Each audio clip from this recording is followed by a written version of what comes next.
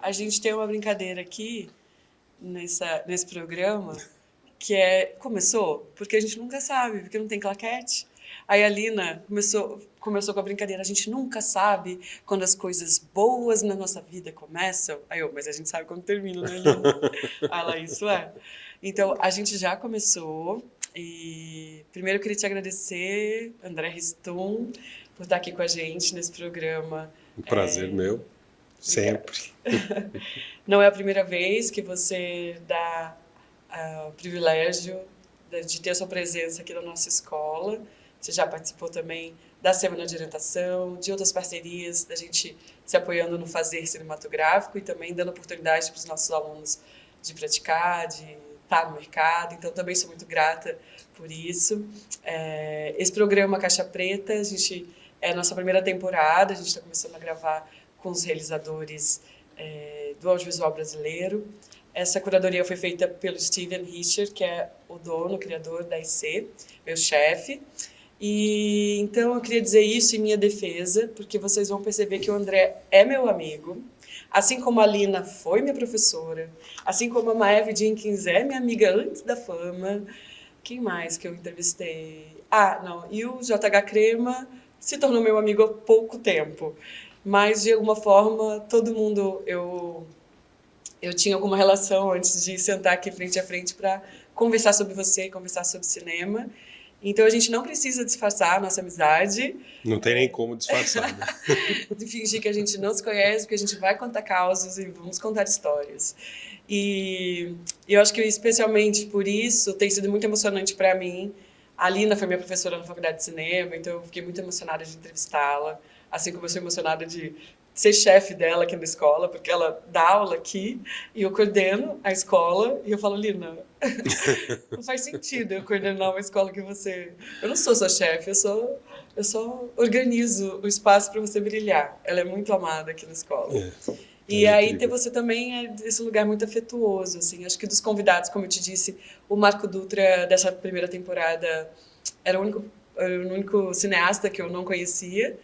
E eu fiquei super tímida, aí eu convidei a Sabrina Greve para vir, que conhecia, tinha feito curtas com a Juliana Rojas, e aí fluiu leve, porque acho que esse nosso desejo é conhecer muito sobre a alma artística de vocês, assim, né? Então, o que eu vou te perguntar, às vezes pode parecer pessoal demais, se for, você não precisa responder, mas é mais no intuito de conseguir entender o André para além do André Ristum e de como que nasceu esse primeiro, quando que você lembra, né? Porque eu não sei se você tem, a gente não tem consciência de como os nossos desejos foram formados ao longo da vida, mas qual foi o seu primeiro momento assim de epifania com o cinema que você teve uma intuição de que aquilo ali ia ser o seu trabalho, a sua realização, o seu motivo de viver? Eu acho que eu tenho dois momentos na minha vida. E são bem marcantes, assim, então é fácil até de lembrar. Meu pai trabalhava com cinema, era assistente de direção. Meu padrasto, então já meu segundo pai, mas pai que cuidava de mim, também trabalhava com cinema, também era assistente de direção. Então eu cresci muito pequenininho, assim, visitando sets de filmagem, acompanhando isso, e nessa época que a gente morava na Itália, né? Morava em Roma. Vocês tinham saído do Brasil por causa da ditadura na Itália? Meus pais casaram ali de 67, por aí, e um pouquinho antes do AI-5 saíram, foram embora. Até foram para a Polônia com uma bolsa para estudar na Polônia e tal. E aí depois acabaram não ficando, foram para a Itália, depois foram para a Inglaterra e eu acabei nascendo em Londres. E ficaram fora, assim, meu pai ficou fora do país, sem documento, sem passaporte, caçaram o passaporte dele e tudo, até a anistia. Então, a minha infância toda foi na Itália. E aí a gente era brasileiro, minha mãe meio italiana, meio brasileira, então eu tinha um pé na Itália, eu era italiano também. Mas meu pai totalmente brasileiro, então assim, acho que nossa casa era um pouco uma embaixada não oficial do cinema brasileiro em Roma, tudo meio que circulava por ali, então eu convivi desde muito pequeno, assim, né, com todo esse mundo, visitando sets de filmagem, etc. e tal. Desculpa parecer fofoca, mas você lembra de grandes nomes, assim, na sala da sua casa, em Roma? Sim, um monte. Porque é muito legal isso. Tipo, eu estava em casa, de repente o Glauber entrou. O Glauber meu pai foi assistente dele, né? Ele fez Claro em 75, então eu era bem pequenininho e meu pai tinha feito esse filme com Glauber, até aquele meu curta de Glauber para Giges, que é baseado em cartas do Glauber para o meu pai. Tem umas imagens de Super 8 que eu mesmo tinha filmado com 7, 8 anos de idade, que mostra eu, Eric, Ava, Glauber, meu pai, todo mundo num piquenique de família, enfim, uma coisa que depois acabou entrando no filme por acaso. Mas assim, muita gente, né? Glauber, Sarraceni, Leon Hirschman, assim, do cinema brasileiro.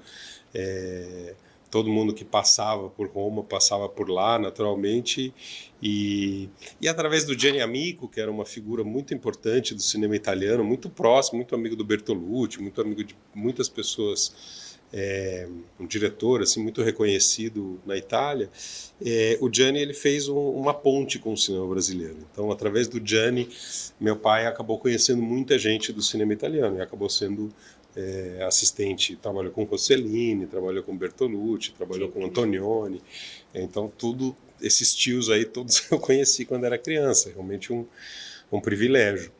Mas o meu primeiro contato, assim, acho que é a história mais divertida que eu vou ter para contar seguramente, foi quando, num set de filmagem do meu padrasto, nem era do meu pai, acho que o meu padrasto estava fazendo um filme com o Gianni Amico. E eu fui visitar, eu tinha 3 anos de idade. Você pode dizer o nome deles para ficar marcado? Porque não é todo mundo quem sabe quem foi seu pai. Ivan Isola, meu padrasto, e Giges Ristum, meu pai. E aí o Ivan estava fazendo esse filme com o Gianni Amico, eu fui visitar a filmagem um dia, e já não era a primeira filmagem que eu via, já conhecia um pouco esse rolê, e aí a gente tinha uma Super 8 em casa. Uma camerinha Super 8 que eu já tinha, obviamente, apertado o gatilho, brincado. E aí eu comecei a puxar a calça do diretor de fotografia, que estava em cima do dolly ali, falando assim, quando é que você vai em casa pra gente fazer meu filme? E todo mundo rindo, falando, que bonitinho, que engraçado, um molequinho de 3 anos falando que queria fazer um filme. Só que eu fui persistente nesse meu pedido. Depois, o Ivan conta que eu ficava... Falei, e aí, meu filme? Mas e aí, quando é que nós vamos fazer meu filme? E quando é que nós vamos fazer meu filme? Até um certo momento que o Ivan falou assim, bom, você quer fazer um filme? Então precisa ter um roteiro. Até um filme começa do roteiro. Que maravilhoso. Qual é o roteiro? Qual a história que você vai contar? E aí você, não sei. Aí eu falei, eu não sei escrever, mas eu posso te ditar a história. Que maravilhoso. E aí ele sentou na máquina de escrever, eu ditei ali, claro, uma coisa muito lúdica, né? Uma criança de 3 anos e meio falando imagens, né? E eu fiz uma lista de cenas, coisas que eu queria filmar. Você tem isso? Tenho. Não, deixa eu terminar a história. Ai, desculpa, sou ansiosa. Que grosso ele. E aí a gente... Não, é que vai terminar num lugar bem... Eu já tô chorando, bem interessante. E aí a gente saiu filmando essas cenas. E eu dirigia, não conseguia nem fechar o olho para olhar na câmera, eu colocava um gorro para tampar o olho e tal. Consegui piscar. E o Ivan era meu assistente, ele que tocava o set, ele que iluminava, eu falava assim, não, agora eu quero a câmera ali, aí subia em cima da escada, filmava do topo da escada, não, agora eu quero a câmera no chão e não sei o quê. Aí tinha cena, tinha encenação, teve uma festa, teve várias coisas. Tem um momento lá que é uma cena assim, Ivan fazendo barba. Era isso só no roteiro. E aí ele acorda no dia da filmagem do Ivan fazendo barba e me pergunta, bom, vamos lá no banheiro filmar, onde é que você quer botar a câmera? Ele falou, não é no banheiro, não. Eu falei, mas aonde? Ele falou, não, eu quero filmar na fonte da Praça Veneza. Na fonte da Praça Veneza? Eu falei, lá, tá lá no filme. Cena na fonte da Praça Veneza do Ivan fazendo barba, um espelhinho ali no meio da praça, fazendo barba. E aí a gente montou isso, virou um filme mesmo, de fato, um filme Super 8, não tinha nem som direto, então eram Só Só as filme, imagens. era mudo, e depois ele falou, bom, agora montamos o filme, a gente tinha uma violinha de Super 8 em casa, eu montei o filme, ele me explicou e tudo, a gente foi emendando, colando ali com durex e tal. E aí falou, bom, agora falta o som.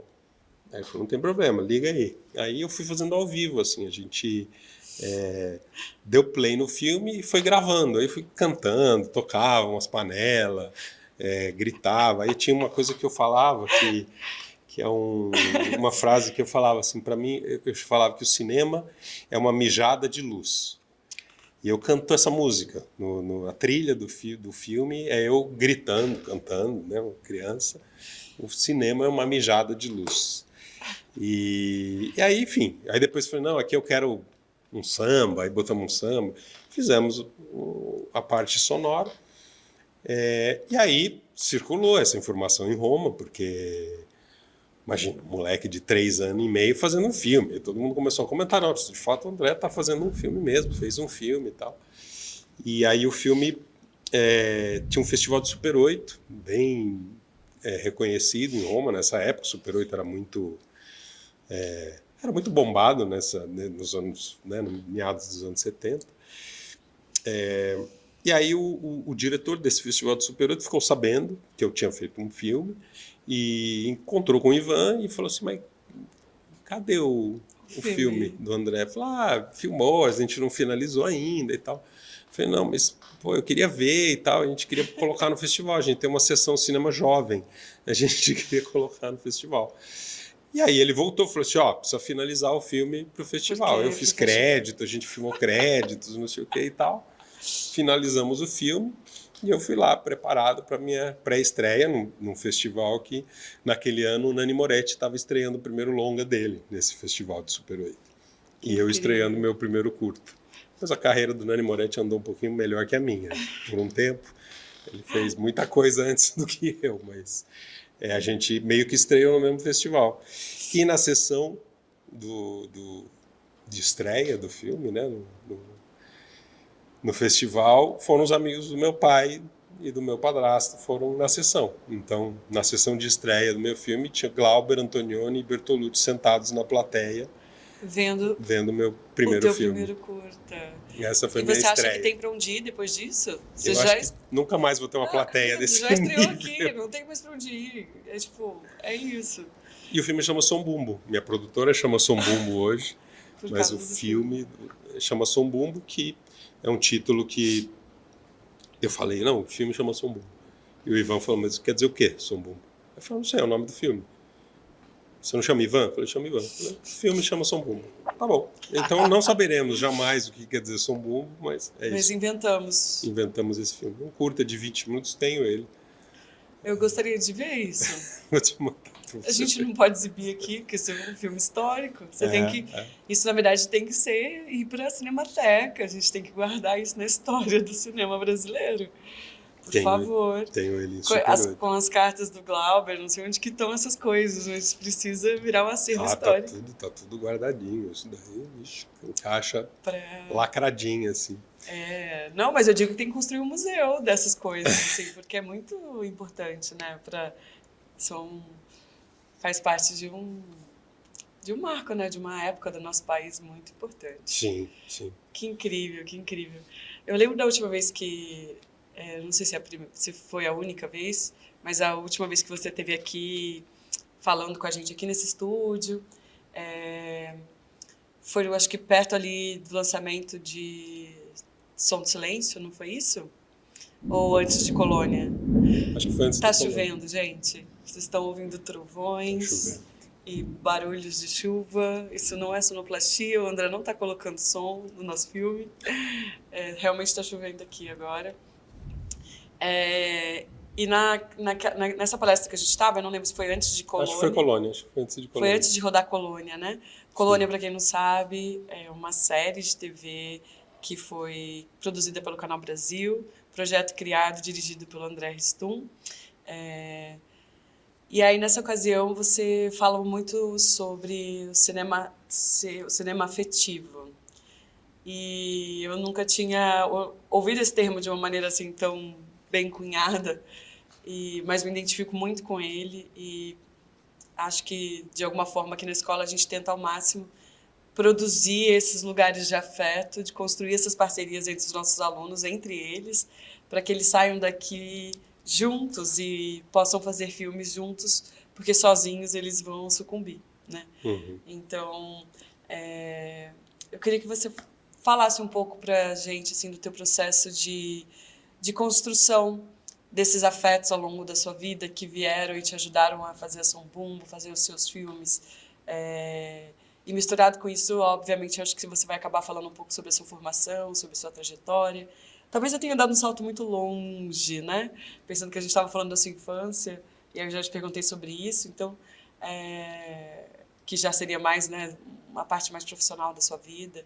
A gente pode voltar um pouco pensando nessa tua trajetória, ao longo da sua formação, ao longo dos caminhos que você percorreu, esses afetos que te atravessaram, que te ajudaram a se tornar um cineasta. Queria te ouvir sobre isso.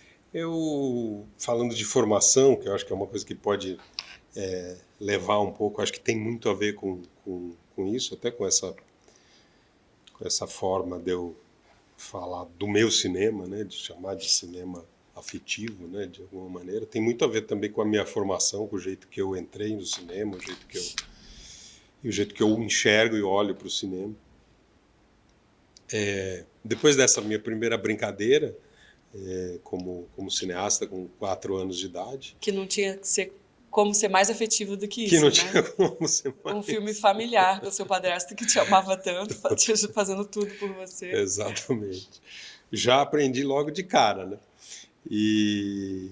Mas eu acho que eu tive a primeira lição sobre relacionamento em set nesse filme, que eu teve um momento que eu comecei a gritar, porque tinha uns amigos e não estavam fazendo o que eu queria. E aí o Ivan falou assim, não, peraí, não é para gritar, são seus amigos que estão aqui para te ajudar para fazer um filme. Imagina, moleque, 4 anos. E aí falou assim, greve, agora não tem mais filmagem. Aí parou a filmagem. Eu aprendi cedo a como trabalhar no set de filmagem. Mas depois, assim, eu evidentemente que fui crescendo, tive uma vida normal, de criança, adolescente normal, escola, etc. Até cheguei a escrever um outro filme, mas era um filme cheio de efeito especial. Esse aí minha mãe não bancou, porque tem essa figura super importante. Minha mãe era atriz, bailarina, e sempre me incentivou muito em tudo que tinha a ver com as artes, e ela que bancou, né? Ela que produziu o filme, ela que botou em pé, ela que comprou os rolinhos Super 8, ela que fez tudo. Aí o segundo filme era um orçamento com gente voando, aí ela falou assim, isso aí não vai rolar, não vai dar pra fazer esse filme. E aí, enfim, eu segui na minha vida normal, e aí quando eu fui escolher uma carreira, escolher o que estudar, eu via muito assim como é que era esse processo, como é que era a vida do meu pai, como era a vida do meu padrasto no mundo do cinema, né? Como é uma vida às vezes sofrida, porque não é um emprego fixo, né? Você tem um trabalho, depois você não tem trabalho, tem um momento que você trabalha muito, tem momentos que você não trabalha. E aí em algum momento eu falei assim, não, eu quero fazer algo que seja mais, sei lá, mais certo, mais quadradinho, mais contínuo, mais seguro. Fui estudar administração de empresas, não fui estudar cinema. Tava se enganando, né, André? Eu fugi um pouco disso. Eu falei assim, não, quero... E aí aconteceu a segunda passagem na minha vida, né? Porque nessa de novo, através do Ivan, nessa eu estava estudando em Milão, administração de empresas, e aí ele me apresentou uns amigos que tinham uma produtora em Milão, e esses amigos me falaram, nas suas horas vagas, se quiser vir aqui dar uma força, a gente vai rodar um filme aí e tal, não sei o quê. Quando eu vi, eu estava trabalhando na produtora, operando boom, sendo assistente de produção, sendo como é que chama? Runner, que é o cara que leva o negativo para o laboratório, enfim, fazendo todos os rolês de produção. Eu falei, gente, isso aqui é muito mais legal do que estudar administração de empresa. Aí foi a segunda vez, que ali eu falei, nossa, isso aqui é muito mais interessante. Aí eu viajei, fui para festival, na época acompanhando esses produtores, para festival de Cannes e tal. E aí eu comecei trabalhando né? Isso já era Beleza Roubada? Não, isso ainda não era Beleza Roubada. Isso era um pouco, uns 4, 5 anos de Beleza Roubada antes. Aí eu fui fazendo várias coisas e tal, meio ali, essa coisa da faculdade, ainda tocando a coisa da faculdade ao mesmo tempo. Até o momento que eu falei, não, acho que é cinema mesmo que eu quero trabalhar. E aí eu tive a cara de pau de ir lá bater na porta do Bertolucci, que eu sabia, tinha ouvido falar que ele ia fazer um filme, eu estava ali meio já no rolê das produções e tal. E meu pai tinha sido assistente do Bertolucci no La Luna. Eu tinha feito uma ponta no La Luna, como ator. E aparece? Aparece bem de longe, porque tem uma outra história muito engraçada, se tiver tempo eu conto, mas que eu perdi meu papel por questões pessoais, enfim. Mas eu Adoro fofoca. contando rapidamente, eu contracenava com a Jill Clayburgh, que era a protagonista do La Luna, na minha cena. E ela basicamente estava atrás, não sei se você lembra do La Luna, se você viu, tem a história de uma relação meio edipiana entre um filho e essa mãe. E o filho, no momento, se envolve com drogas e tal, e aí ela sai procurando ele pela cidade, ele desaparece. E ela vai atrás do pusher, né, do cara que vendia drogas, vai procurar esse cara numa praça. E aí ela tá andando na praça, encontra um moleque, pergunta pro moleque, você viu fulano? E aí eu falava, fulano tá lá. E aí ia lá e falava com fulano. Essa era a minha cena. Mas o dia da minha filmagem, que inclusive era do lado da minha casa a filmagem, minha mãe falou assim, não, você não pode faltar na escola. Vai na escola, depois que eu voltar da escola, você vai fazer sua cena. Aí eu cheguei no set, 3h30, 4 horas da tarde. Aí eu cheguei lá para fazer minha cena, o set até 6. Mas aí o Storaro, o diretor de fotografia do filme, virou e falou assim, Bernardo, tá muito escuro, nublou e tal, não vai dar para fazer a cena do menino. Aí eu comecei a chorar, desesperado, briguei com a minha mãe, acabou com a minha carreira, não sei o quê. Então, nessa época eu já tinha 8. E aí o Bertolucci teve uma... Aí foi uma dessas, uma coisa minúscula, mas é uma coisa que você vê a cabeça de um cineasta iluminado, pensando, e o cara já estava pensando na montagem do filme. Porque ele tinha filmado tudo. Ele tinha filmado ela chegando antes, tinha filmado a depois, a parte da conversa, mas ele não tinha essa conexão, que eu era moleque que fazia, que dizia, o cara tá ali. E aí ele falou assim, André, você tem uma bicicleta? Eu falei, tenho. Corre lá buscar. Eu corri para minha casa, peguei a bicicleta, era do lado, 2 quarteirões, voltei com a bicicleta, e ele rodou um planão aberto, assim, um prédio gigante, que é o prédio até da Embaixada Francesa, lá em Roma, e uma bicicletinha passando assim, sou eu, pedalando, essa bicicletinha.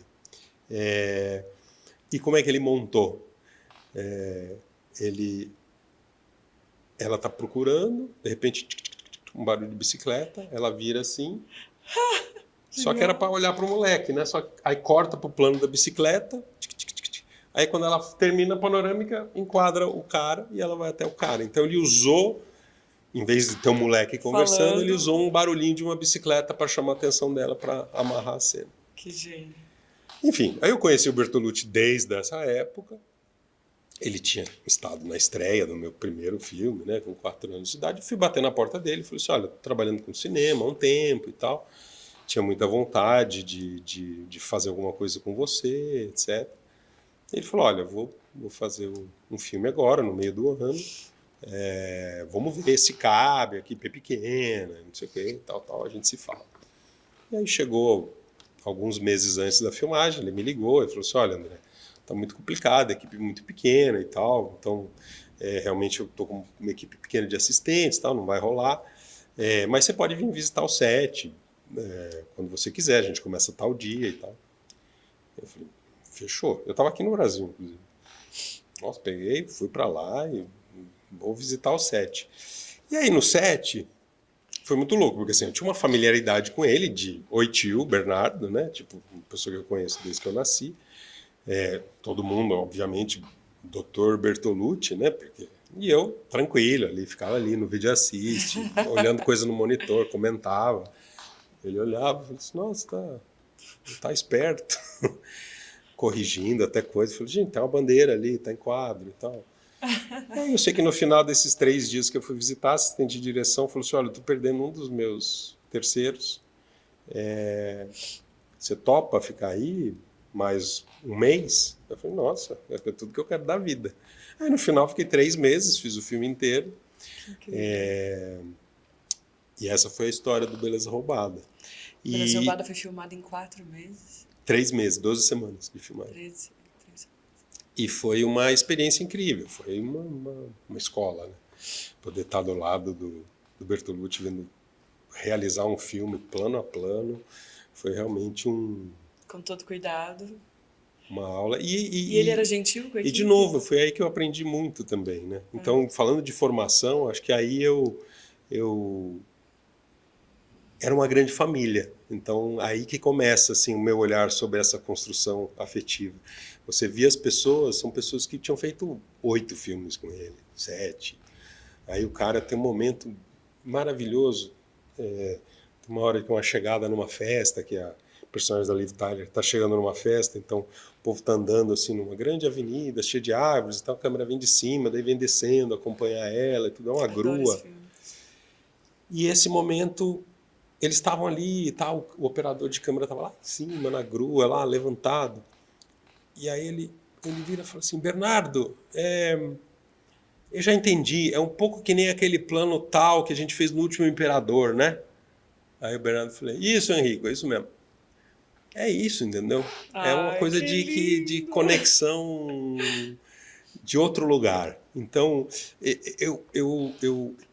é óbvio que ele era incrível no set, uma coisa muito carinhoso, ele tinha noturna que ele olhou assim para o maquinista, que também era parceiro dele ali de dezenas de filmes e tal. Olhou e ele chamava Nero. Falou, Nero, tá cansado? Eu falei, meio frio, né, maestro? Tá.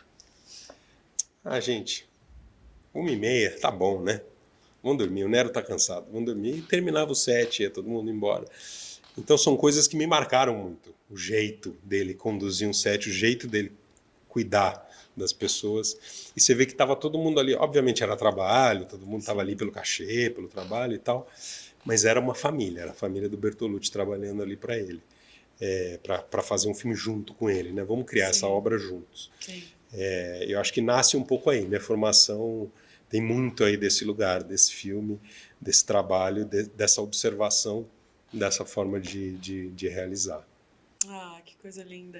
Eu estou emocionada e pensando assim, se eu fiz 2 filmes seus e isso é uma família, significa que eu tenho esperança de fazer mais, né? Porque se é uma família, eu fiz Colônia, ó, eu fiz Som do Silêncio.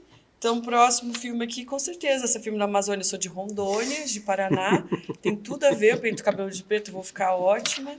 E eu vou estar no próximo filme, você que está de casa aí assistindo, já tá com esse furo. Não, eu tô fazendo piada pra não chorar, porque eu fico emocionada mesmo com... o amor me emociona. E as relações, e pensar, né, o cinema, enfim, são muitos assuntos que...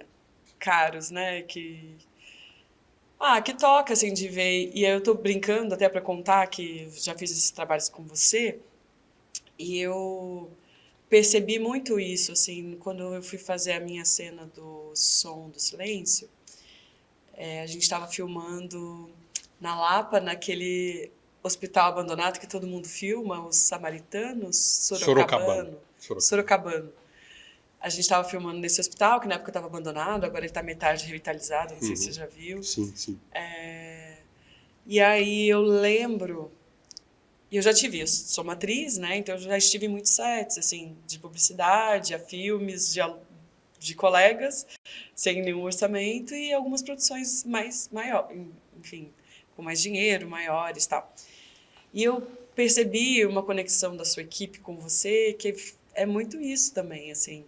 Era uma sensação de que a gente, tipo, tava com alguma coisa errada, que a luz não estava subindo, o pessoal da elétrica não tinha chegado ainda com a luz para o figurino, para passar o figurino, a gente não conseguia começar porque não tinha aqueles rolos de estar numa locação que não tem energia elétrica, né? E aí eu lembro dessa sensação, assim, de que todo mundo estava lá por você, assim, sabe? Do cara que estava lá embaixo no caminhão subindo equipamento, a sua assistente de direção, esqueci o nome dela, que é sua amigona. Suzy. A Suzy. Perdão, Suzy, esqueci do seu nome. E o elenco, né, nem se fala. E eu acho que é isso, eu acho que você realmente traz isso como marca, assim, nos teus sets, né? E eu depois, quando fui participar do Colônia, também, de novo, me senti num lugar super acolhedor, né? Que todo mundo estava ali sendo respeitado no seu trabalho, e que todo mundo se conhece, pode ter até uma briguinha aqui, um negocinho ali, mas que é normal de tipo, Claro. tipo, um pouco da correria, porque a luz está caindo, a gente tem que terminar, a locação é longe, a moto não para de passar, e o som, e de repente, vamos barracar tudo, aí tira tudo, e todo mundo ali amarradão de fazer, e claro, é porque é um monte de gente doida, louco pro cinema, mas também é um monte de gente doida, afetuosa, que curte muito trabalhar com você, então você faz uma liderança muito positiva e afetuosa, que, nossa, que assim, vindo de um homem hétero, a sua é um grande, você precisa realmente ser elogiado por isso, assim, porque infelizmente eu acho que muita gente acha que ser diretor é ser autoritário, né? É fazer uma liderança hierárquica em que você está acima de todas as pessoas. E aí quando eu vejo a sua relação com o alemão, né, com a Suzy, com todas as pessoas, com o Norte, né, com os teus amigos Gulani, com todos os parceiros que você tem na sua vida, né, de tanto tempo, com Nicola, né, com todo mundo que está do seu Uhum. lado, comigo, aquelas que quer se vender de novo. É muito bonito, assim, é muito emocionante mesmo. Porque é o tipo de cinema que eu acredito, assim, sabe? Do lugar do respeito. E eu tava comentando isso com a Eve, nem sei se foi gravando aqui, ou se foi numa festa, chorei, meu nariz tá escorrendo. Que eu adoro assistir o Oscar, né? Mas eu não piro tanto de assistir o Oscar para saber quem vai ganhar, pela coisa da competição. Eu adoro ouvir os Eu discursos também. de agradecimento e ver as pessoas emocionadas agradecendo os amigos, a família. Eu choro tanto, porque eu falei, né, o amor me emociona, assim, de me falar Uhum. obrigada por você ter esteve do meu lado, porque a gente sabe como é difícil. Porque fazer cinema não é uma corrida de 100 metros, né? Fazer cinema Não é mesmo. é um caminho de Santiago. Fazer cinema é tipo é um sonho de vida. Ai, obrigada, amigo. É um sonho de vida, né? Então, é isso. Nem sei mais o que eu tô falando. Fala alguma coisa aí pra eu limpar meu nariz.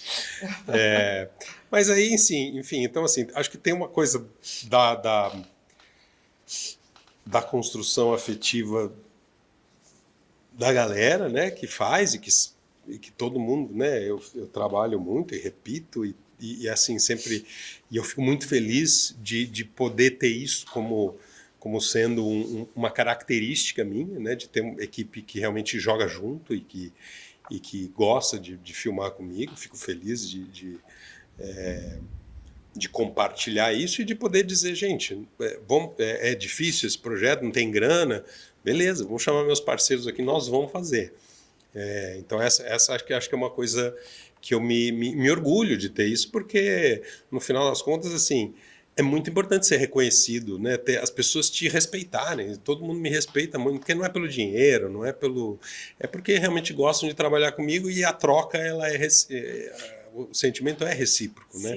Sim. Então acho que isso é uma coisa que é um pouco recorrente. Se você olhar as listas de equipe dos meus filmes, você vai ver muita gente repetida É ali. uma trupe de cinema. É uma trupe de cinema. Não é uma trupe, graças a Deus que não é tão de Brancaleone, mas é quase uma trupe de Brancaleone. E aí, acho que essa Um parte do exército afeto de Brancaleone. é quase um exército de Brancaleone, mas não é. Porque é muito profissional, é uma galera muito preparada. O Colônia a gente fez com uma equipe mínima e a gente conseguiu realizar coisas incríveis que se você olhar, você não acredita no orçamento que teve e o resultado que tem, né? Graças a essa junção mesmo, essa parceria. E acima de tudo, todo mundo saber que eu não sou um maluco que no meio do filme vou falar assim, agora eu quero não sei o quê, né? Não, gente, não tem como ter, porque a equipe não, né? Enfim, é uma relação realmente de respeito e recíproca. E também acho que a parte afetiva ela vai também na parte de que história que eu vou contar, que eu acho que é outro, né, outro lado aí dessa história, mas que entra também dentro dessa conversa do cinema afetivo, da realização do processo, Porque da onde vêm as histórias, né? O que é que me toca, o que é que eu tenho vontade de contar, que história, né? Então, assim, A Voz do Silêncio, por exemplo, é um filme que é muito da minha observação da vida, da minha observação das pessoas, de olhar as pessoas na rua.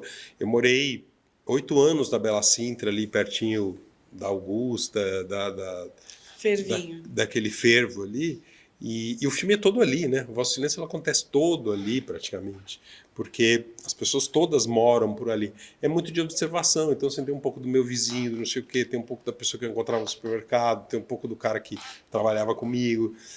Enfim, tem elementos, assim, da vida. E são coisas que vão, de alguma maneira, A me banca de tocando. jornal, A banca de jornal. né, o ponto de ônibus, Exato. E a observação é um recorte bonito de São Paulo, assim, né? Dessas figuras, né? Que sim, você sim. retrata ali. É difícil, e é muito difícil de contar essa história, porque multiplot é sempre um desafio, né? É um super desafio. É uma coisa que foi me contaminando. É um filme que foi... As pessoas até me falam, como é que você pensa, né? Como é que você escolhe um filme? Cada filme é uma história diferente. Então não existe um padrão, Sim. né? Se a gente pegar a Colônia, é uma história real. Se a gente pegar Meu País, é meio inspirado na minha história pessoal, com meu pai, da perda do meu pai, etc. Se a gente pegar O Outro Lado do Paraíso, é um filme que eu fui convidado para dirigir baseado num livro. Mas que é incrível, eu adoro esse filme. Eu li o livro e chorei lendo o livro. Falei, nossa, quero contar essa história, claro. E a produção é muito boa, André. Parece, tipo, eu não sei quanto custou, se tinha muito dinheiro, mas assim, eu achei incrível aquela locação, aquela construção de Brasília ali, inicial. É muito bom aquilo. Tem uma Vocês cidade. tinham uma boa verba de Era um bom arte? orçamento, era um bom orçamento. Não é um orçamento né, que a gente fala uma mega produção, mas era um bom orçamento. Acho que é o meu filme mais caro, esse aí, O Outro Lado do Paraíso. Quem não assistiu, procurem, é um ótimo filme. Eu adoro esse filme. Não, ele teve uma cidade cenográfica gigantesca, né, Sim, que a gente incrível. fez. Não, e a história dele é muito boa. É, O elenco inteiro também tá muito bem, tudo. Roteiro. Eu não lembro nem onde eu assisti, se eu vi no cinema. Mas a sensação que eu tenho é que eu vi no cinema. Eu fiquei tão impactada, acho que pelo tamanho, né? Sim. Eu tenho essa coisa, tipo, esse filme eu vi no cinema porque eu lembro o tamanho que a imagem chegou em mim, né? não, e ele tem uma coisa mesmo, Ele é né, pro essa cinema, coisa de né? Brasília, né, que é tudo muito aberto, né, Sim. tem muito céu, muita coisa, assim. Então acho que realmente é um filme que impacta mesmo ver ele em tela grande. Sim. E aí, sei lá, A Voz do Silêncio é um processo de observação de anos, de vendo personagem. Eu ia escrevendo historinha de um personagem, falar, fulano de tal, anotava umas coisas, outro anotava outras coisas. Chegou uma hora que eu juntei os personagens e falei, nossa, olha, muito fã de Magnolia, muito fã de Shortcuts, muito fã desses filmes corais. E aí eu comecei a enxergar uma possibilidade de fazer um multiplot ali, nesses personagens. Eu falei, acho que todos são unidos por uma coisa só. Que aí vai dessa observação, né? 25 anos de terapia, você começa a olhar para o outro também e você observa o outro mais do que ficar olhando só para si mesmo, né? Você acaba... Eu só tenho 5, falta 20. Não, acho que na época eu tinha menos de 25, 25 hoje. E então acaba que eu falei assim, nossa, eles todos lutam pela vida, lutam pelo sucesso, lutam pela realização, uma vida difícil, são unidos por essa batalha na grande metrópole, né? Acho que esse é o tema do filme. Então acho que o protagonista é São Paulo, né, da Voz do Silêncio. Sim. E aí acaba que unindo tudo. Então assim, cada filme tem Uma o próximo aí que nós vamos falar, esse aí da Amazônia, então é outra história, muito afetiva também, mas é um outro rolê completamente. Então, cada filme meu tem um processo diferente. Será que a gente já fala dele ou a gente vai falar de Nova York agora? De quando você vai para a faculdade de cinema? Porque aí a gente estava no set do Bertolucci. Set do Bertolucci. Aí eu te perguntei por que você perdeu o papel e a gente nunca mais voltou para você, mas tudo bem, porque você já fez análise, não é mais sobre você. Mas aí do set de Bertolucci você resolveu aceitar, parar de fugir, falar o meu destino é cinema mesmo. Sim, aí eu já estava ali já no meio da faculdade de administração, falando assim, não, é isso aqui que eu quero fazer mesmo e tal. E aí fui fazendo, e aí com Bertolucci, depois eu emendei outro trabalho, apareceu um filme americano que foi filmado lá em Tinititá também, eu também fui assistente nesse filme, um filme com Stallone, chamado Daylight. Filme dificílimo de fazer também, foram 20 semanas de filmagem enfiado dentro de uma locação E aí você teve a experiência oposta de um cinema totalmente empresarial, oposta, totalmente. Filme Hollywood, estúdios, que precisa de sindicato, senão os trabalhadores tudo não morrem no set. sindicato. E assim, a primeira palestra que eu tive foi do primeiro assistente de direção dizendo: segunda-feira o senhor Stallone está aqui no set, ninguém olha no olho dele, ninguém mede a altura do lado dele, ninguém dirige a palavra a ele se ele não dirigir a você. Isso foi o jeito que a gente começou esse filme. Então, um rolê completamente diferente do que foi o set. Mas foi interessante, porque é um filme cheio de efeito especial, explosão, um filme, uma coisa completamente diferente do Beleza Roubada. E aí, quando eu terminei esse filme, e curiosamente, ou enfim, por sorte, o Bertolucci estava finalizando Beleza Roubada em Tinititá também. Então eu saía do meu set na hora do almoço e ia visitar a mixagem dele. Ah, que incrível. Ele estava mixando e tal, e batia papo com ele e tal. Eu falei assim: tô com vontade de... Não, tô adorando e tal. Ele falou: você já tá, né? Você já tá há anos aí trabalhando, já você tem direção e tal, né? Segue firme, né? Por aí, em algum momento você vai dirigir. Eu falei: mas tem muita coisa que eu não domino, técnica, tipo fotografia, eu queria entender direito, assim, né? Por que o cara ilumina desse jeito? O que é o filtro N3, N36, N9? Que porra é essa? Que lente que eu ponho? Qual é o número da lente? Exato, o que é as lentes? 37 Tem um monte de o quê? coisa que vocês falam no Sério, set que eu não entendo, porque eu nunca estudei. Aí ele falou assim: por que você não vai estudar em Nova York? Lá tem uns cursos rápidos, cursos, né, que você não vai passar porque você já está trabalhando e tal, vai ficar 4 anos na faculdade. E aí ele me indicou, eu fui atrás de alguns cursos e fui para a NYU, que tinha uns cursos breves lá. E aí passei 6 meses em Nova York fazendo uns cursos intensivos, desses que você entra 8 da manhã, sai 8 da noite todo dia, uma loucura, final de semana e tal. Primeiro Legal. dia você já está fazendo curta, na segunda semana está fazendo o segundo curta e vai fazendo. E foi ótimo, porque... E André, deixa eu te contar uma coisa, e para quem está assistindo também, se for aluno, vai confirmar.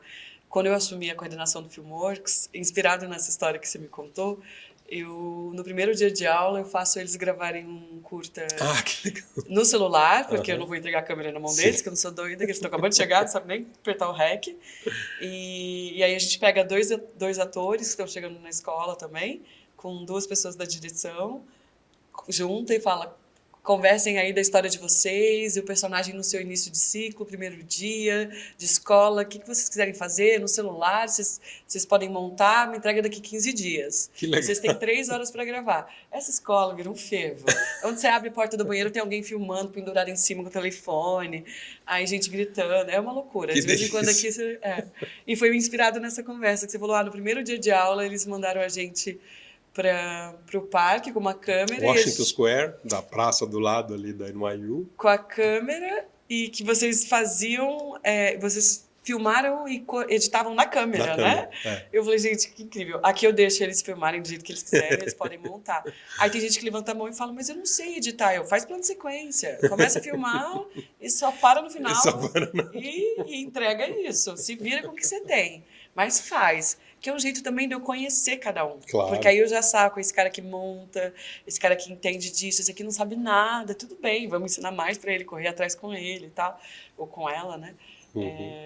Mas enfim, foi inspirado nessa história. Continua, desculpa te interromper. Não, e aí assim, foi um curso... E aí chega lá, né, e sei lá, dos 50 alunos do curso, sei lá eu quantos eram, 40, 50, 38 queriam ser diretores, né? Todo mundo queria ser diretor, todo mundo estava no curso querendo ser diretor. Tudo bem, era um curso de direção, efetivamente, mas assim... E aí eu falei: você quer saber? A gente juntava em 5 ali, falei: alguém quer fotografar? Não, acho que eu fotografo. Aí eu fotografei todos os curtas, e aí eu comecei a dominar o negócio de carregar chassi, de entender como é que carrega, como é que fotografa, como é que ilumina a exposição, isso, aquilo. Então eu cuidei da fotografia, depois eu ia montar. Que era o então, que você que era sentia o que eu falta. sentia falta. Eu queria entender a lente, que lente que a gente bota e tal. Então, na verdade, eu fiz o curso virado para mim, para aquilo que eu queria fazer, para aquilo que eu queria aprender. Foi muito legal, porque teve até um filme de uns colegas brasileiros que... um outro grupo, eu estava com alemão, francês, tailandês, tinha um monte de gente, um alemão, dois franceses, um italiano, um tailandês. Mas num outro grupo tinha 2 brasileiros e mais um gringo, mas não sei o quê. Eles rodaram o filme só que com o chassi invertido, eles carregaram o negativo ao contrário. O que acontece O nesse que caso? acontece? Eu não sei. Porque você tem a base é vermelho, o verde e o azul. Você tem as 3 coisas de exposição no negativo, e aí você tem a base atrás. Se você carrega pela base, você só imprime o vermelho, porque você não atravessa o resto. Então o filme inteiro deles ficou vermelho. Genial. Eles filmaram tudo vermelho. Eu amei. Só que eles olharam e falaram assim, gente, não tem nada a ver com o nosso filme, a gente precisa filmar de novo. E aí eles me chamaram, eu falei, você pode vir esse final de semana fotografar o nosso filme? Eu falei, gente, mas era legal. Não, a gente tá com medo, eu carrego o chassi pra vocês, vocês fazem. Não, por favor, a gente não quer nem relar na câmera. A gente tá com medo. Tá com medo. E eu fotografei o curta deles, fazendo slow, fazendo um monte de coisa, enfim. Então foi um processo muito interessante para mim, porque por mais que, claro, eu contribuí nos roteiros, contribuí Vocês ali estavam com 16mm? na direção com 16mm. Foi um curso todo em 16mm, montando na moviola em 16mm, magnético 16mm e tal. Mas foi muito legal, porque o processo também de montar em moviola é um processo analógico, mas ele te faz pensar muito o filme, né? Se eu cortar aqui, depois não descorta, né? Depois que cortou, você cortou. Hoje em dia é muito mais fácil. Arrasta pra cá, vira pra lá, experimenta. Era uma loucura. A gente tem uma professora aqui maravilhosa, que é a Verônica Sainz, você conhece ela? Sim, super. A Verônica é nossa professora de montagem do último semestre, né? Ela é muito amada, muito querida. E ela montou na moviola, assim. Aí ela fica falando dessa diferença, assim. Ela falou, gente, quando eu queria experimentar, dava muito trabalho pra eu ver o corte. Eu quero fazer essa opção aqui, ver se funciona desse jeito que eu pensei. E eu demorei muito tempo para fazer. Vocês arrastam, colocam ali no Premiere. Olha, não gostei, volta. Então, assim, pô. Andu. É a vida. A vida não tem andu, mas o Premiere tem. E a gente vai seguindo. Exato. A montagem na moviola era como a vida. Não tinha andu. Não que você fazia, estava feito. Enfim. Mas eu acho que uma das coisas também... Quem falou isso para mim? Será que foi o Burlan? Mas eu não entrevistei o Burlan, tá? Eu acho que ele comentou esses dias que ele esteve aqui na escola falando sobre isso, né? Que hoje todo mundo tem um celular, então, teoricamente, todo mundo... Um celular com câmera, né? Minimamente, você pode baixar um aplicativo de lentes e começar... Menos o Burlan, né? O Burlan não tem celular. O celularzinho dele é de SMS. E, mesmo assim... a diferença de você estudar e você ter repertório e saber onde apontar a câmera, né? Porque não é porque você tem um telefone que você sabe fazer filme, assim como a gente tem caderno e caneta e a gente não sabe escrever um poema. Sim. Mas a gente tem que tentar, né? Para saber se sabe, ou tentar descobrir. E acho que aqui na escola é um pouco isso, assim, de falar, olha, você já tem aí alguma coisa no teu bolso, mas o que te falta agora é ser desafiado a olhar para o mundo, né? E pensar o que você quer dizer através dessa imagem, né? E como ela te impacta, que história que você quer contar, por quê. Mas a gente estava em Nova York, né? E aí você foi fotografar o filme dos seus amigos. Fotografei, aí fizemos o nosso, de final e tal. E foi um período muito rico, assim, e eu tive uma sorte muito grande, porque o meu primeiro curta que eu escrevi e que eu coloquei no Prêmio Estímulo, aqui em São Paulo, da Secretaria de Estado da Cultura, no meio do curso lá em Nova York, saiu o resultado do Prêmio Estímulo e eu ganhei o Prêmio Estímulo. Então eu terminei meu curso e voltei para cá e fiz meu primeiro curta. Que era? Que chama Pobres por um Dia. Então assim, eu terminei o curso, voltei para cá já dirigindo o primeiro filme em película, 35, Pedro Farcas e Jacó Solitrenic fotografando. É um filme bem influenciado, estava muito próximo ali de Beleza Roubada, de Traveling, de Dolly, de não sei o que, era muito um cinema. Então eu fiz muito cinema de maquinistas. Muito de maquinista. Tinha um maquinista maravilhoso, Casimiro, e o Bodão, assistente de maquinária, e eles fazendo assim, gente, eu quero um Dolly que vá daqui a ali, são 3 metros de trilho em 1 minuto e meio. E os caras... para andar 3 metros em 1 minuto e meio. Muito influenciado ali por esse por esse estilo do Bertolucci da época, né? Que era daquela época. Depois ele foi mudando, virou mais câmera na mão e tal, uma coisa mais moderna, assim, né?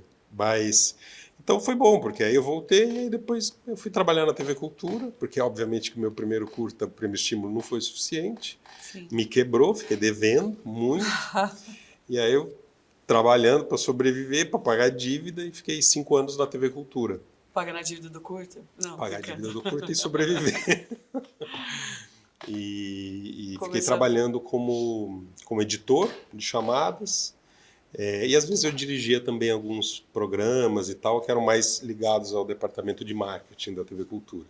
Nisso eu fiz o making off do Castelo Rá-Tim-Bum, o filme. Ah, foi você que Eu que montou? dirigi o making off. Você dirigiu o making off, e aí que você conhece os Gulani. E aí que eu conheço o Caio Fabiano Gulani. Ah, E aí e que aí amor pro começa resto da vida. uma parceria da vida inteira.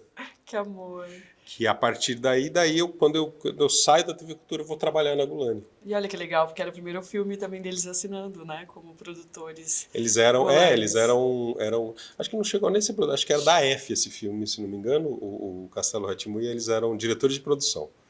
Eles Então não era ainda. ainda não era eles como quando o primeiro filme que eles fazem como produtores solo, porque o Bicho eles já coproduzem Sim. com a Sara, mas o Nina, que é o primeiro filme que eles fazem como produtores verdade. solo, é quando eu vou trabalhar lá, que aí eu cuido da pós-produção, da parte internacional. E olha que loucura, André, porque ontem a gente. Foi ontem. Ontem a gente estava aqui em sala e um aluno nosso, Vitor, que depois vai assistir isso, oi Vitor, estava falando com a nossa professora de produção, que é a Terezinha, que estava falando sobre o Castelo Rá-Tim-Bum. E você vai ficar emocionado de ouvir isso. E aí o Vitor falou assim pra ela: Não, eu vou trazer, Terezinha, eu tenho o DVD do Castelo Rá-Tim-Bum. Aí eu escutei, né, sendo amiga de vocês, falei: Ué, por que vocês querem o Castelo? Eu tenho o DVD também do Castelo Rá-Tim-Bum. Aí a Terezinha falou: Não, porque ele quer me mostrar o making off. Aí o Vitor virou pra mim e falou assim: Sério, André, isso foi ontem, não tô mentindo. Eu vou trazer ele aqui pra provar. Liga pra ele, Almir. Ele virou e falou assim: Eu resolvi fazer cinema por causa do making off do Castelo Rá-Tim-Bum. Você acredita? Isso aconteceu ontem, olha que especial. Olha, Ele, que é culpa lindo isso. sua. Culpa minha. Eu vou te apresentar. E você vai arrumar um emprego pra ele, tá, Vitor? É assim que começa. Vai pedindo emprego, uma hora dá certo. Que demais. Ele falou isso ontem, a gente estava na sala, essa confusão, assim, eu ouvi.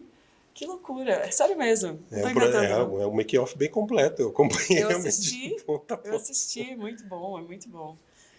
Ah, que incrível. E o Castelo Rá-Tim-Bum é um marco, né, na nossa história. Mas e aí, conta, aí você tava lá, a gente aí já saiu da cultura, tá, e começa a parceria na Gulani como montador, e depois... Como coordenador de coordenador de toda a pós. pós-produção deles. E aí, assim que finalizou o Nina, eu virei coordenador de internacional também. Então, fazendo coisa de mercado internacional e tal, um pouco por essa já minha experiência de festivais, que eu tinha ido com aqueles produtores lá de Milão. Falar muitas línguas, né, André? Falar muitas línguas. Olha só, que menino privilegiado. Isso ajudava. Fala italiano, português, inglês. Eu ainda te pergunto, você não fala inglês? E aí? E aí foi ótimo, porque foi um processo, foram uns anos ali que eu fiquei muito próximo ali, trabalhando com o Caio e com o Fabiano, cuidando muito dessa parte de lançamento do Nina e depois dos prospects, dos próximos filmes. Então eu fiquei 4, 5 anos trabalhando ali e fazendo meus curtas, paralelamente a fazendo curta. Então, E aí já acontece 14 bis. depois disso, depois de Pobres por um Dia, teve Homem Voa, depois de Homem Voa teve Tempo de Resistência, que é um documentário longa que eu fiz. Depois teve De Glauber para Giges, que aí já foi coproduzido por Tuba e Gulani. E aí depois 14 bis, feito com Tuba, e que a Gulani também coproduziu. Mas tudo isso ainda estava ali dentro da Gulani, fazendo esses 2 rolês aí de internacional. E você já tinha sua produtora aberta para editais, para mandar os seus projetos? Já tinha, desde 2001 eu tinha minha produtora já para para isso, para colocar em edital, para dar nota, né, para a gente, né, o nosso rolê é dando nota fiscal, né, para receber pelo trabalho que a gente faz. E aí eu fui desde 2006 ou 2007 começando a colocar meu projeto de longa, Meu País, meu primeiro longa de ficção, colocando em editais. Fui colocando em editais, aí perde um, perde outro, perde outro, perde O outro. projeto vai amadurecendo. Mexe no roteiro, vai amadurecendo e tal. Até que finalmente eu consegui começar a ganhar. Aí eu ganhei um edital, aí consegui captar mais um dinheiro. E aí em 2009 eu saio dessa função mais fixa na Gulani para poder cuidar da realização do Meu País, que daí era Produção Gulani, junto com a minha produtora. Que legal. E aí que começa, e aí, enfim, aí a partir daí vira uma carreira só como diretor, produtor, roteirista das próprias coisas, a partir de 2009, a partir do Meu País. Você não tem vontade de montar seus filmes? Eu sou uma pessoa que mexe bastante no filme junto com o montador, mas eu tenho uma relação com o montador, assim como todo mundo, né, da equipe. Obviamente que eu tenho uma ideia, eu tenho um pensamento a respeito daquilo que eu quero realizar,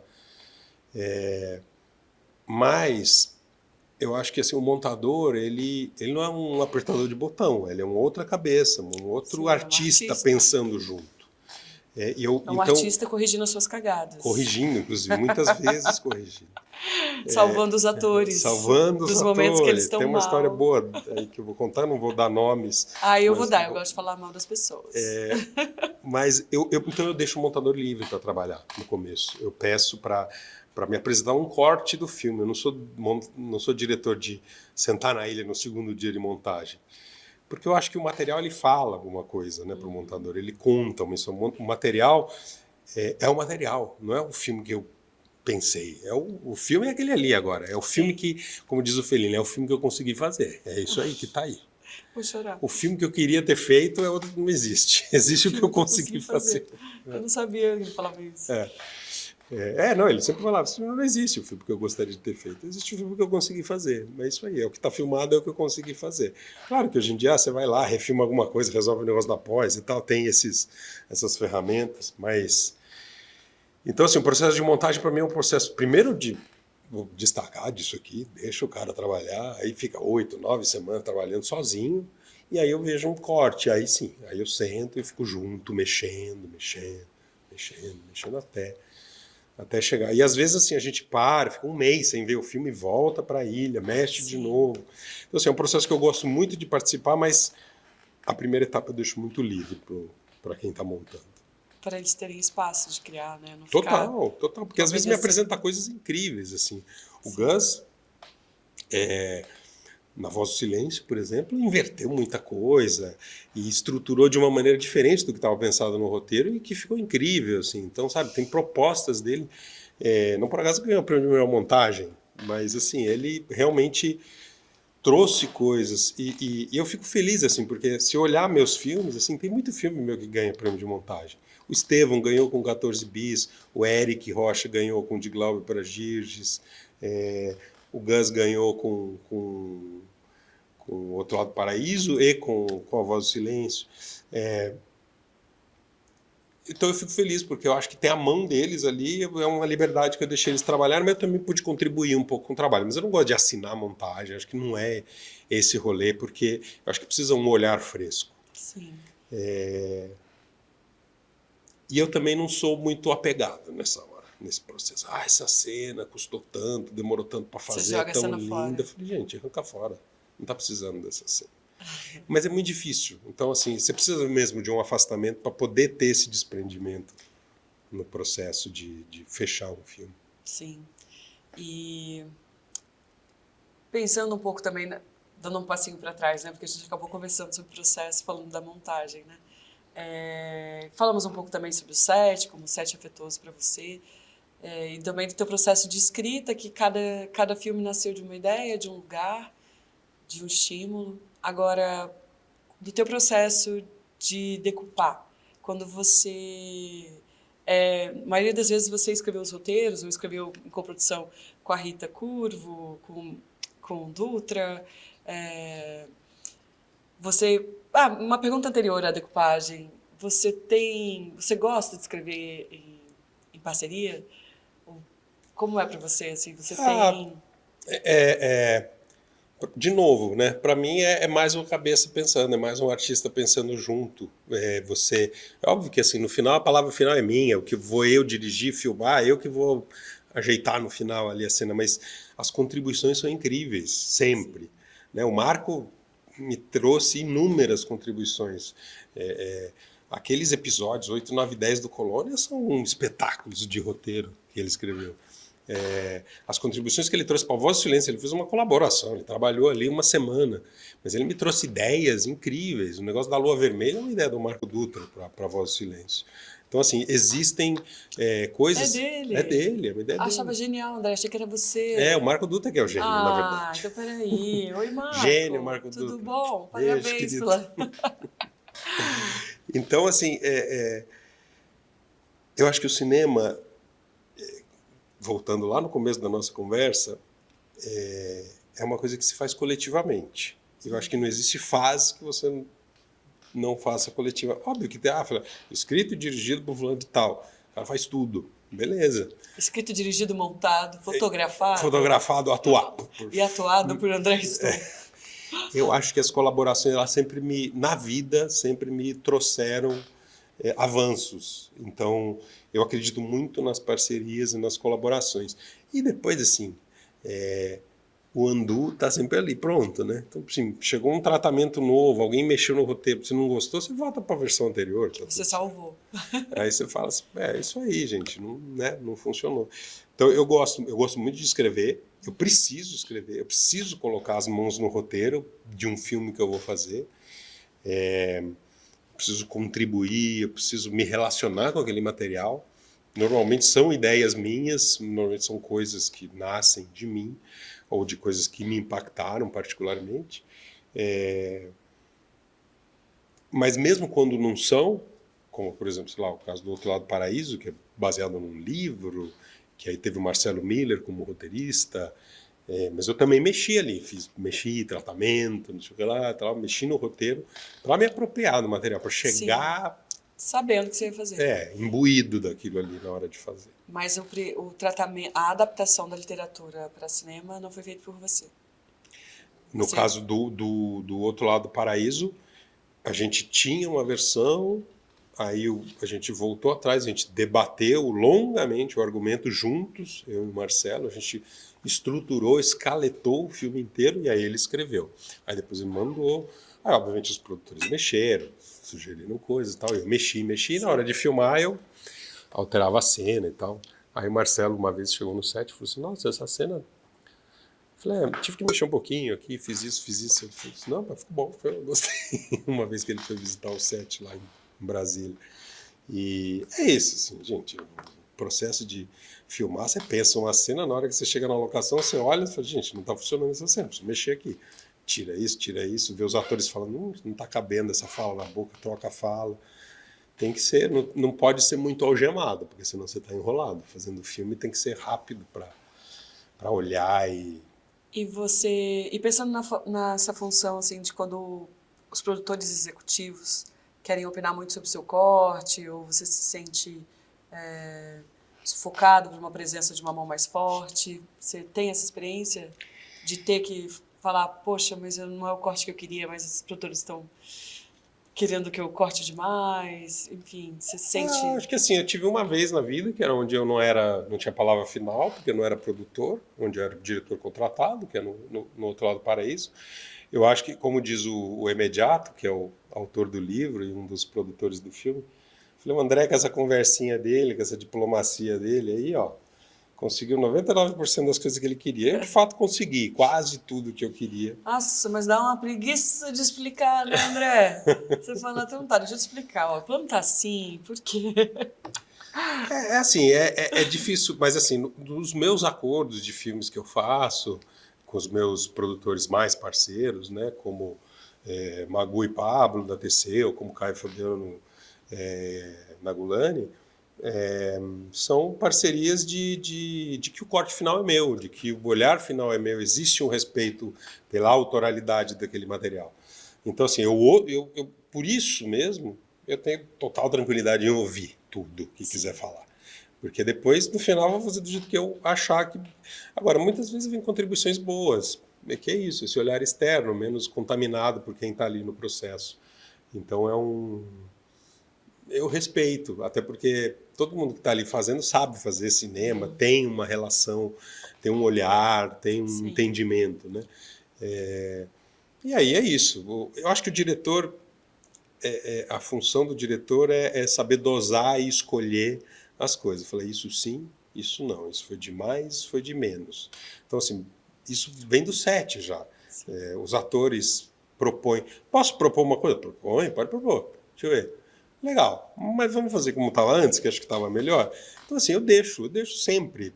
Lógico, tem hora que você não tem tempo, não tem como você deixar e você fazer, não vai dar. Mas podendo, né, eu tô sempre aberto a contribuições. De novo, mais uma aula do maestro Bertolucci, que me disse essa dessas frases para botar na parede. Quando eu ia começar a rodar o meu país, eu liguei para ele e falei assim, bom, e aí, você tem alguma dica para quem vai começar a rodar semana que vem o primeiro longa? Aí ele falou, agora tá tudo escrito, né? Vai pro set. Mas vou te falar uma coisa que Renoir me disse uma vez. Falei, bom, então, vem de Renoir para Bertolucci, de Bertolucci para mim. Falei, E do André para vocês. Vem agora para quem quiser ouvir. Deixe sempre uma porta aberta no set. É a realidade invadindo a ficção. Então, assim, a gente tem que sempre estar aberto para o que pode estar acontecendo ali, naquele momento. Porque ali você está recriando a vida de algum jeito, né? Então, de repente, uma nuance ali muda aquilo que você pensou. Então, não ser tão algemado, né? E conversa muito com... E aí, já caindo um pouco no Antonioni, conversa muito com o blow-up nesse lugar da representação, de como a fotografia está ali para captar um possível assassinato e a crítica, né, que existe por trás dessa representação da realidade que nós achamos que criamos quando colocamos uma câmera para um lugar e falamos, beleza, essas pessoas agora vão fazer isso quer dizer tal coisa. E tentamos fazer e fazemos, né, no sentido de representação como arte, mas é uma loucura, né? Porque o real, a força, né, da verdade, eu acho que da cena, assim, de você conseguir essa textura de realidade, não que o cinema precise ser realista sempre, né? Não, claro. Ele pode ser simbólico, ele pode ser o que ele quiser. Como arte, ele pode ser o que ele quiser. Mas eu acho que toda vez que a gente percebe a verdade, né, não sei se é a palavra real que eu mais quero, mas a verdade, e o real tem verdade, é muito forte, né, para a câmera, assim, você apontar a câmera para um lugar que tem história, que tem verdade, que aquilo ali é o que é mesmo, né? E não pensando que os atores os atores são esses sacerdotes, assim, que representam essa que se colocam como esse canal maluco para representar alguma coisa que eles não são, mas são também.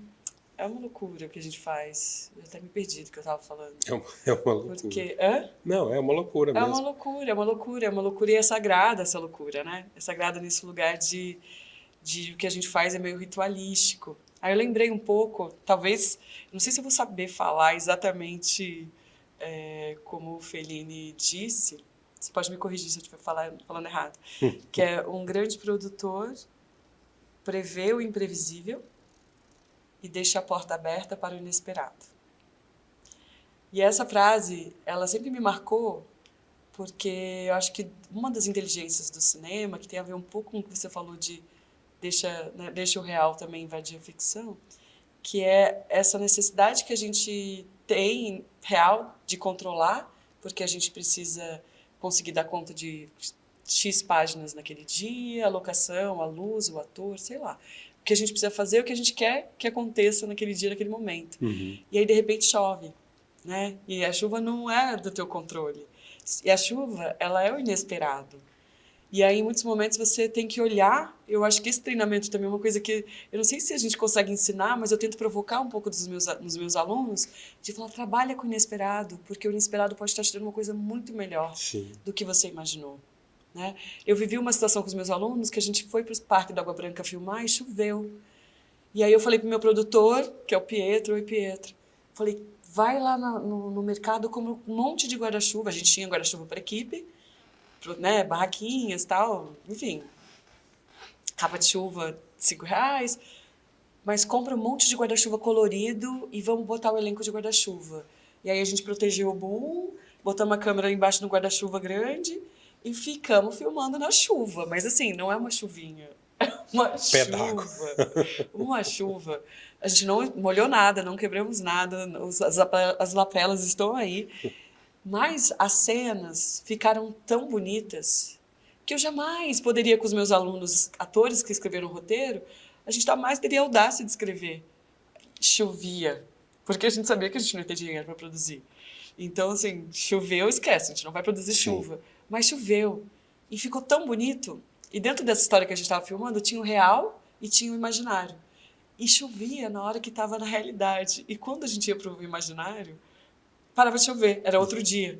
Então, na montagem, tá chovendo, e eles estão aqui no plano de realidade, aí corta, é pra imaginação, tá sem chuva. Foi muito, muito louco, assim. E aí, vai construindo significados, né? Muito. Eu acho que essa... Você tem uma história pra contar, assim, de uma coisa que você não esperava, que aconteceu no set, foi muito melhor do que você imaginava? Nossa, tem tanta coisa que aconteceu, assim, caos de diretor, de histórias de pescador, histórias de invadir diretor. o set, assim, de um fenômenos naturais, nossa, assim, coisas que teve que consertar um monte aconteceram, né? Teve um alagamento na casa do meu país, por exemplo, de ter, sei lá, 40 centímetros de água na sala. Uma chuva torrencial, assim, caiu à força, tudo. A gente ia rodar a cena na sala. Aí quando terminou, falou assim, bom, qual é o único lugar seco? Qual o quarto do personagem do Cauã? Falei, bom, essa cena vai pro quarto do personagem do Cauã, então. E foi ótimo, porque a cena tem uma tensão entre o personagem da mulher, do personagem do Rodrigo e o Cauã, que ela estava pensada na piscina. Então era um outro rolê ali, eles estão no quarto, meio apertado, tem uma tensão ali meio entre os dois. Fica ficou uma privado, coisa mais né? intimista, ficou uma coisa mais asfixiante ali para os personagens. Foi melhor pro filme. Então, assim, acontece um monte dessas coisas. 14 bis, sei lá, primeira diária perdida, inteira. Eu rodei um plano naquele dia, porque choveu o dia inteiro. Eu rodei um plano só, que é o plano que eu olho e falo, gente, a maior poesia do filme. É um plano que é um único segundo que parou de chover, que é a mão, a câmera vai andando atrás, assim, do Santos Dumont, e a mão dele andando em slow, assim, indo em direção ao avião. É o único momento, assim. E eu falei assim, mas o que nós não podemos fazer? Porque aqui tá tudo molhado, não dá pra fazer nada. E tal, meu, planinho fechado da mão, tudo desfocado no fundo. Só um detalhe. E coisa que foi pensada ali na hora, provocada por uma situação totalmente fora do nosso controle. A gente já quer na vida normal controlar tudo, né? Controlar tudo, controlar as emoções, controlar os acontecimentos. No cinema, então, você é obrigado a controlar, porque se você não controla, você estoura o orçamento e tal.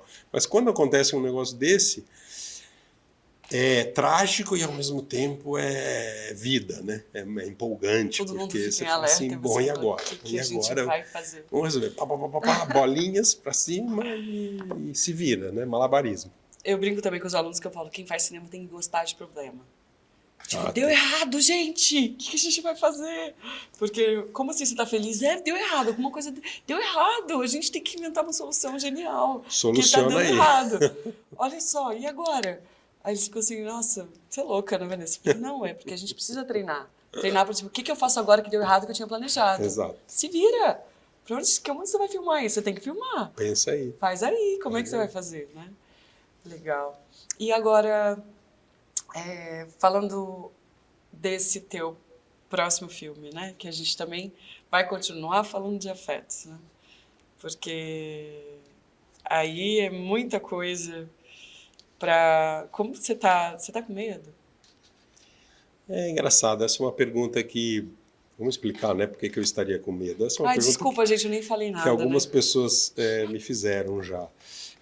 Meu próximo filme vai chamar Tecnicamente Doce. É um roteiro original escrito pelo Michelangelo Antonioni, escrito nos anos 60. Um roteiro que ele tentou rodar durante 10 anos e não conseguiu fazer, por razões de realização mesmo, que era muito difícil fazer o filme do jeito que ele imaginava. E o filme se passa entre Sardenha e Amazônia, originalmente. Depois de um tempo, meu pai foi assistente dele. Ele ofereceu para o meu pai fazer esse filme. Ele falou assim, você é brasileiro, você conhece a Itália, você é o cara certo para fazer. Meu pai tentou financiar, mas não conseguiu. Ele, na verdade, ele morreu muito jovem. Então, a partir do momento que ele pegou esse roteiro para fazer, até a hora que ele faleceu, foi um espaço curto de tempo. Não conseguiu fazer. E eu cresci com essa história, desse filme, desse roteiro do Antonioni, que meu pai iria fazer, que não fez. E você tem o roteiro impresso, guardado? Eu tenho o roteiro impresso, eu tenho o roteiro com anotações, eu tenho Do teu pai? escrito à mão pelo Antonioni, notas do meu pai, a caneta. E aí eu falei, bom, um dia eu vou ter a cara de pau de ir lá bater na porta e falar assim, porque é um roteiro incrível, eu conheci o roteiro, tinha lido várias vezes e tal, um roteiro maravilhoso. Falei, um dia eu vou ter a cara de pau de bater lá na porta da viúva do Antonioni e pedir. E aí, um tempo atrás, conversando com o Fabiano Gulani, né, que é meu parceiro aí de tantos filmes, falando de projetos e tal, eu contei essa história, eu falei, bom, essa história aí tem punch, né? E eu contei um pouco a história do filme, ele ficou super impactado. E aí eu fui atrás de falar com a Henrica, que é a viúva, né, do Antonioni. E aí quando eu cheguei lá, foi meio que deu match, deu química assim na hora. Ela me olhou e aí depois a gente almoçou, passei a tarde lá na casa dela. Aí ela foi pro dentista, falou, senta na cadeira do Michelangelo aí, vê se te inspira alguma coisa. Eu fiquei lá sentado, brincando com os cachorrinhos dela, ela voltou, tomou um café, não sei o que, e fui embora. Ela mora na Úmbria. Então eu peguei, estava em Roma, fui de trem para lá, voltei. E aí no final ela falou assim, André, eu senti hoje que esse filme finalmente vai sair. Esse filme que o Michelangelo mais quis fazer, de todos, dos que ele fez, dos que ele não fez, esse é o que ele mais sonhou em fazer. Finalmente o sonho do Michelangelo vai se tornar realidade. Eu senti isso hoje aqui com você. Aí eu falei, tá bom. Aí, a partir daí, eu falei, o tio Michelangelo vai ajudar a fazer, então tá tudo certo. Tá olhando por nós aí, ele, meu pai, tá todo mundo olhando aí. Mas é engraçado, assim, porque, assim, claro que é um risco enorme, né? Você pegar um material do Antonioni e fazer um filme a partir... Mas não é um filme do Antonioni, né? É um filme do André a partir de um roteiro do Antonioni. É um roteiro que eu, inclusive, estou mexendo, né? Para atualizar N questões e tal. Mas como é um processo longo de financiamento, né? De colocar em pé um projeto desse tamanho, uma coprodução Itália-Brasil, com filmagens super complicadas, é um processo que eu estou, ao longo do tempo, degustando e me aproximando. Você não está engolindo rápido. Me familiarizando, pegando, agarrando. Então, e é isso, assim, eu lembro do Antonioni no lançamento do meu... Então, sei lá, é um amigo do meu pai ali, entendeu? É uma entidade do cinema, né? É um Oscar à carreira... mas vencedor da Palma, vencedor do Leão de Veneza, vencedor de tudo que você puder imaginar, criador de uma obra espetacular. Mas, ao mesmo tempo, não é um cara, sabe, é uma pessoa que eu conheci, é um ser humano, assim, carne e osso, um cara que eu já vi, que eu lembro, que eu tenho ele na minha memória, que tinha essa proximidade com meu pai, que meu pai roubou cueca dele na casa dele, sabe? Então tem uma coisa que torna tudo... Só para explicar essa história da cueca, que é uma história muito engraçada. Ficou meio feio pro seu pai. A gente vai consertar. Meu pai frequentava muito, estava sempre na casa do Antonioni e tal. E aí ele viu uma pilha de cuecas, assim, empilhadas, e era um Antonioni que era o Antonioni, né? Já tinha feito Passenger, já tinha feito Blow Up, já tinha feito Deserto Rosso, já tinha feito Zabriskie Point, era o Michelangelo Antonioni. Aí ele falou assim, vou levar uma para dar sorte. Pegou a cueca da pilha de cueca passada e contou para todo mundo isso depois. E aí no La Luna tinha uma diária de filmagem muito complexa e tal. E aí o Bertolucci falou, Giges, amanhã é dia de botar a cueca do maestro. E aí meu pai botou e foi pra filmar. Dar certo, para dar sorte com a cueca do maestro. Mas é isso, então assim, é um projeto seguramente o maior desafio da minha vida, não tem nem... Mas acho que a hora que eu tomei coragem de ir lá bater na casa da Henrica, foi um momento que eu me senti pronto, assim, de ter essa cara de pau, de ir lá bater, de pedir, e falar, sou apaixonado por esse roteiro, quero fazer esse filme, vamos homenagear o Michelangelo, vamos homenagear meu pai, vamos homenagear essa amizade, vamos homenagear o cinema. E foi muito lindo, assim, porque a Henrica, além de ter todo esse momento assim, de conexão, a gente convidou ela faz parte do projeto. A gente está indo agora em maio ver locações na Sardenha, onde a gente hipoteticamente vai filmar. E a Henrica vai, ela quer ir junto, ela quer ver. Pode vir também. Então, assim, é um processo de novo.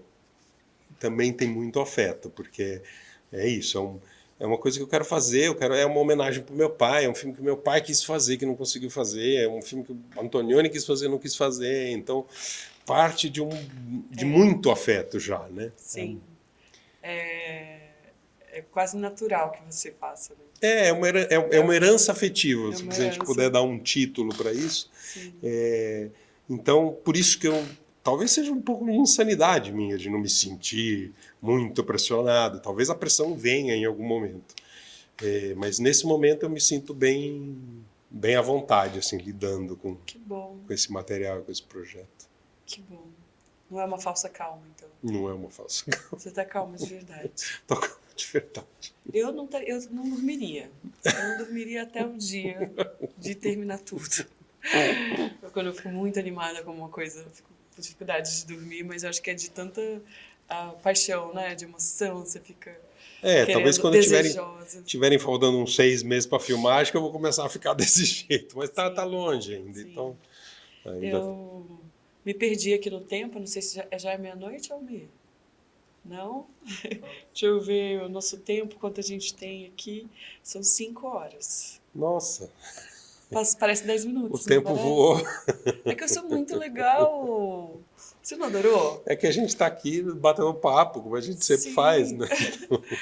Eu estou falando menos piada e menos palavrão, né? Porque eu tenho que me comportar, porque eu sou contratada. Então, eu não posso perder meu emprego. Aí eu estou me comportando, que séria, tudo arrumada. Tá?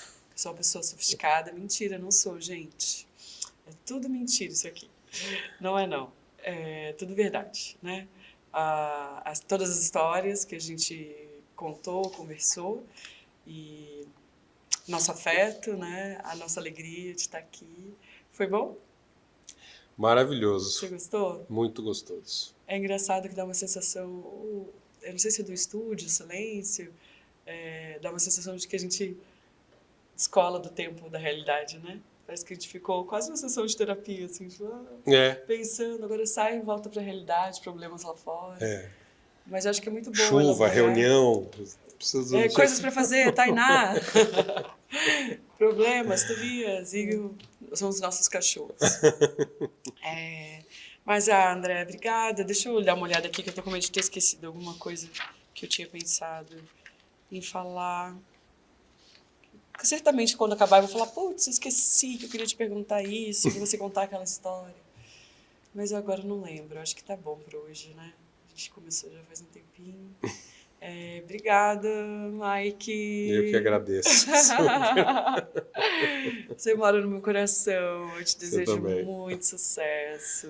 Espero estar em todos os seus filmes até você morrer e eu morrer. Se Deus quiser. Sem pressão, tá? Sem pressão, você pode me convidar. Uma coisa que eu te falei no Colônia, eu quero repetir, que é ficar gravado para prosperidade, mentira, para posteridade, que é, eu, como atriz, eu tenho muito desejo de participar de grandes projetos, mais do que ter grandes personagens, sabe? Eu não sei se acho que talvez eu não seja atriz, sabe? Porque a minha pira é muito mais com a história. Pelo... Não, vamos fazer isso aqui é muito mais importante do que o meu papel. Eu tenho isso, assim. Então, para mim, te agradeço muito de ter me chamado para fazer Colônia, porque desde que eu conheci a história, eu tinha muita vontade de fazer parte disso, né? Colônia é uma coisa que marcou na história do nosso país, eu tinha vontade de produzir, eu tinha vontade de fazer, e aí eu descobri que o André, que era meu amigo, estava produzindo e fazendo. E aí eu pedi essa chance, falei, eu quero fazer, me deixa fazer, pelo amor de Deus. E ele deixou, e eu sou muito grata e honrada. Deixei não, né? Você abrilhantou o filme com a sua participação na série, com a sua presença, a sua participação. Imagina, tão pequenininho o meu personagem, mas eu estava muito, muito grata de estar lá. E obrigada de ter me permitido fazer parte, porque eu acho que Colônia é um marco, assim, sabe? De um projeto que do tipo de filmes que eu quero fazer, sabe? Que denunciam uma tragédia, uma atrocidade da história do nosso país, sem deixar de contar histórias emocionantes, sem a gente se apaixonar por todos os personagens, né? Com um elenco maravilhoso que eu posso falar, que eu trabalhei na mesma obra que a Regiane Faria, com o Samuel, com a Naruna, todo mundo, né? Com a Nanda, de ter podido oferecer esse espaço para vocês ensaiarem, fazer teste, que a gente recebeu aqui os primeiros ensaios, as leituras, nem lembro. Maravilhoso, né? Um acolhimento também que naquele super momento, afetivo, né? Dentro desse, foi importantíssimo pra gente, foi incrível. E conte sempre, sempre com a gente aqui enquanto eu estiver na IC, né? Eu vou estar aqui muito tempo, tá? Não pretendo ir embora não, viu, Mia? Não tô indo embora não. Mas conte sempre com a gente. Eu, de novo, acredito que meu trabalho é também um marco na história do cinema, porque eu acredito que eu estou formando um monte de gente que vai trabalhar que é o futuro do cinema nacional, que é uma galera que vai fazer filmes lindos. Então, a minha contribuição para a história também é formar essa galera e manter essa escola fabriquinha de gente. A gente faz 28 curtas em 2 meses, assim, nos finais de semestre, sabe? É uma loucura. Quantidade de coisa que a gente faz aqui. Eu estou fazendo isso para fazer um merchan? Claro, né? Estou fazendo isso para fazer um merchan. Somos uma escola, queremos, né, alunos. Mas é também para falar, assim, como é bom fazer parte, né? Das coisas que a gente acredita. E te agradecer, assim, de ter feito parte de 2 projetos seus. E é isso. Eu que agradeço demais. Obrigado pelo papo também, pela parceria da IC, pela parceria da Vanessa Prieto. No bloquinho de carnaval, no festival, na festinha. É isso, que a gente é amigo de bloquinho. Eu ponho cílios no André, no óculos dele, assim, ó, e a gente vai pro bloquinho. Tá bom, Mike. Vamos então encerrar? Valeu, obrigado. Pra gente acabar. Esse foi o nosso, nem sei que número, de Caixa Preta, com o André Ristum. Obrigada a todo mundo, toda a equipe. Obrigada ao Almir querido, Camila, todo mundo que trabalha com a gente. Tá subindo os créditos nessa hora, né, Carlos? Não, é isso, gente.